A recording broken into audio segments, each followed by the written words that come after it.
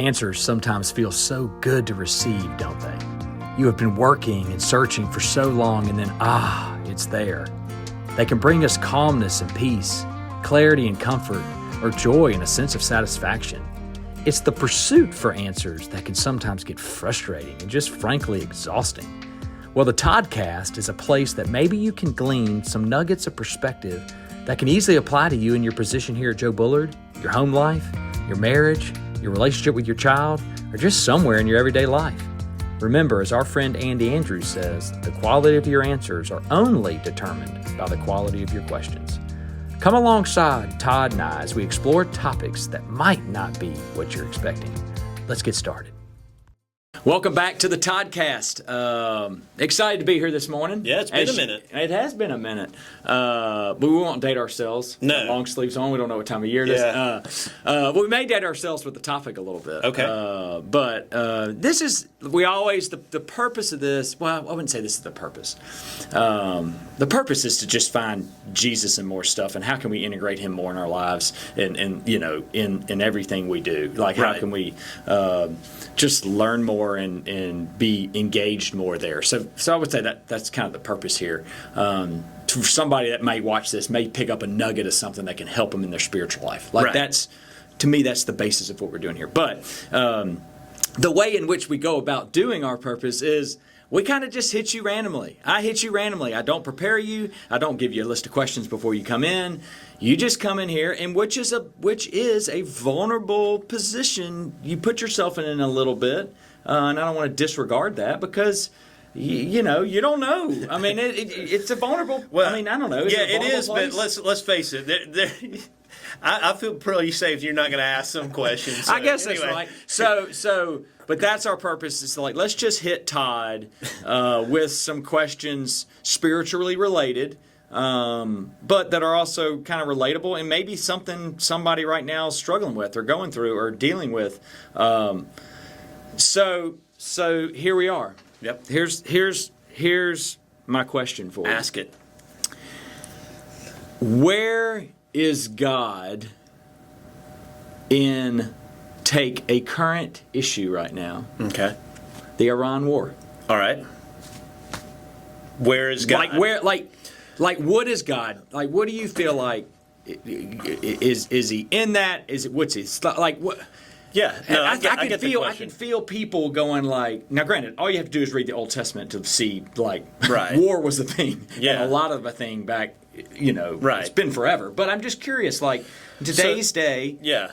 So is it fair? No, it's a great question. It's one I get asked all the time. People are thinking about this a lot. Okay. And in fact, there is someone that in this building that we're in now that has asked me a couple of times about this stuff. Yeah. So it's relevant. Oh yeah, very relevant. So. If I understand your question correctly, the way I would answer that is to say there's three kind of theologies on war. Okay? And I know that sounds weird, but there are legitimately three theologies. What's crazy is all three are found in Scripture. Okay?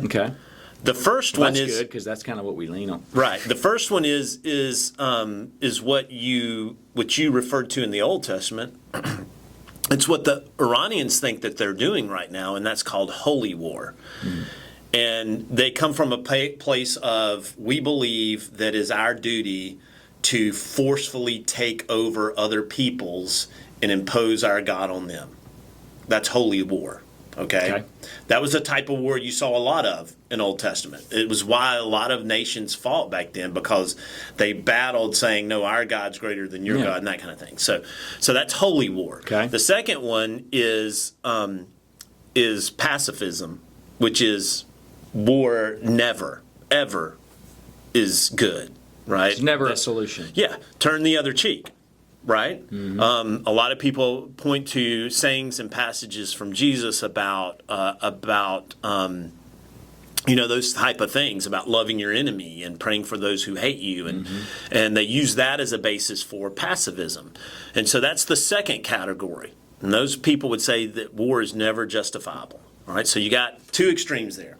The holy war that's like, we're all out, we're going to conquer people, and Take cut over their method. heads off Yeah. if they don't believe in our God. Or the other side of things is we're just going to we're pacifists.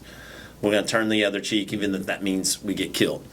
Then there is the kind of the middle ground, which is where probably most people fall, and it's called just war theory. All right? Just war theory. Yeah, just. Just. It's just. J-U-S-T. Yes. Okay. Like justice, Yeah. right? Justified.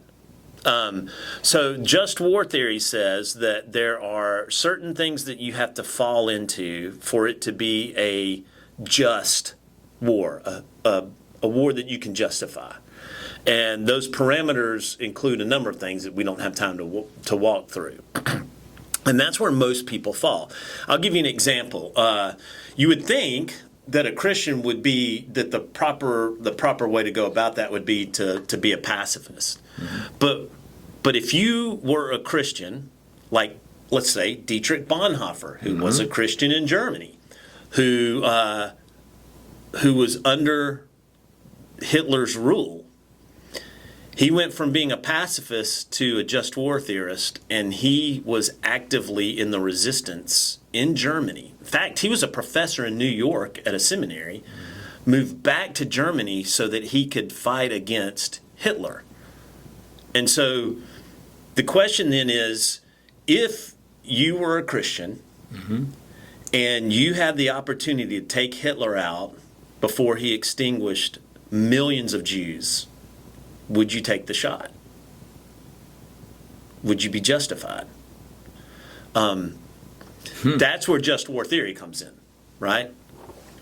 So I don't want to make a political statement about where we are today. There are people on all sorts of the road. The problem that we run into when it comes to battling these type of wars in the Middle East is that one side is almost always fighting a holy war.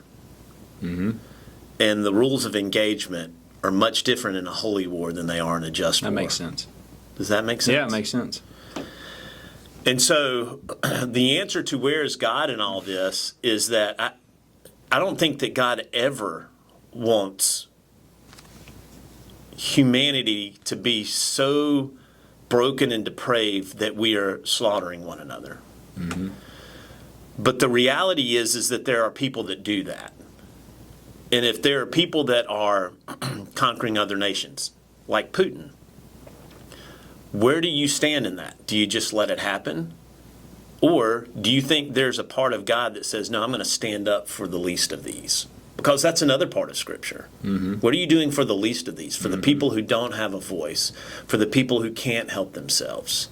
And that's why we fought World War II. Yep. You know, there were people that were being slaughtered, and it was an evil empire. And so, do you battle evil? And I think there are times when God's like, yeah, heck yeah, you battle evil. And it's ugly, and it's distasteful and disgusting, but evil is that, and you have to confront it. And so that's where just war theory comes in. So you said just war theory is scripturally based.